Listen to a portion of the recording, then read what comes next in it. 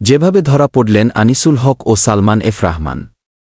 ভিডিওটি না টেনে সম্পূর্ণ ভিডিওটি দেখুন। শেখ হাসিনা সরকারের বেসরকারি শিল্প ও বিনিয়োগ বিষয়ক উপদেষ্টা সালমান এফ রহমান ও আইনমন্ত্রী আনিসুল হককে মঙ্গলবার 13 আগস্ট গ্রেফতার করা হয়েছে। জানা যায়, রাজধানী ঢাকা নিউ মার্কেট থানায় দায়ের করা মামলায় এই দুজনকে গ্রেফতার করা হয়। ঢাকা মহানগর পুলিশের ডিএমপি কমিশনার মো. মাইনুল হাসান এ তথ্য নিশ্চিত করেছেন। তিনি দাবি করেন, গোপন তথ্যের ভিত্তিতে নৌপথে পলায়নরত অবস্থায় রাজধানী ঢাকার সদরঘাট এলাকা থেকে তাদের গ্রেফতার করা হয়েছে।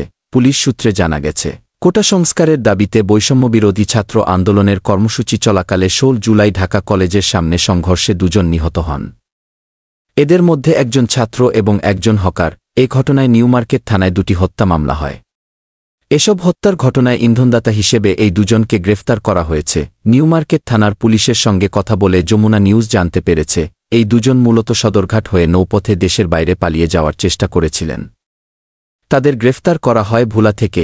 পুলিশ কর্মকর্তাদের বক্তব্য অনুযায়ী, আওয়ামী লীগ সরকারের পতনের পর দেশের বেশিরভাগ বিমানবন্দরগুলোতে নিষেধাজ্ঞা জারি করা হয়, যাতে দলের উচ্চ পর্যায়ের নেতাকর্মীরা পালিয়ে যেতে না পারেন। এর পরিপ্রেক্ষিতে হয়তো কৌশলে নৌপথে দেশ পাড়ি দেওয়ার চেষ্টা করছিলেন সালমান এফ রহমান ও আনিসুল হক। পুলিশ কর্মকর্তারা বলছেন, থানায় নিয়ে আসার পর এই দুজনের কাছ থেকে বিস্তারিত তথ্য পাওয়া যাবে। তখন আরও নিশ্চিত করে বলা যাবে তারা কিভাবে ও কোথায় যাওয়ার চেষ্টা করছিলেন। রাজধানীর নিউ মার্কেট থানা হস্তান্তরের পর সালমান এফ রহমান ও আনিসুল হকের বিষয়ে কি আইনি প্রক্রিয়া নেওয়া হবে, তখন জানা যাবে। উল্লেখ্য, গত 5 আগস্ট শেখ হাসিনা সরকারের পতনের পর আওয়ামী লীগের শীর্ষ নেতামন্ত্রীরা ঢাকা দেন। কেউ কেউ আবার এর আগেই দেশ ত্যাগ করেন। এছাড়া ঢাকার শাহজালাল বিমানবন্দর থেকে সাবেক পররাষ্ট্রমন্ত্রী ড. হাছান মাহমুদ ও আইসিটি প্রতিমন্ত্রী জুনাইদ আহমেদ পলককে আটক করা হয়। 2014 সালে ব্রাহ্মণবাড়িয়া 4 কসবা আসন থেকে নির্বাচন করে আওয়ামী লীগের সংসদ সদস্য নির্বাচিত হন আইনজীবী আনিসুল হক। ওইবারই তাকে আইনমন্ত্রী করা হয়।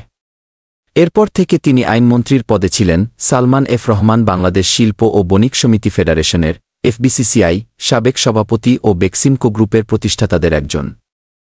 2018 সালের নির্বাচনে তিনি ঢাকা 1 আসন থেকে নির্বাচন করে আওয়ামী লীগ থেকে সংসদ সদস্য হন।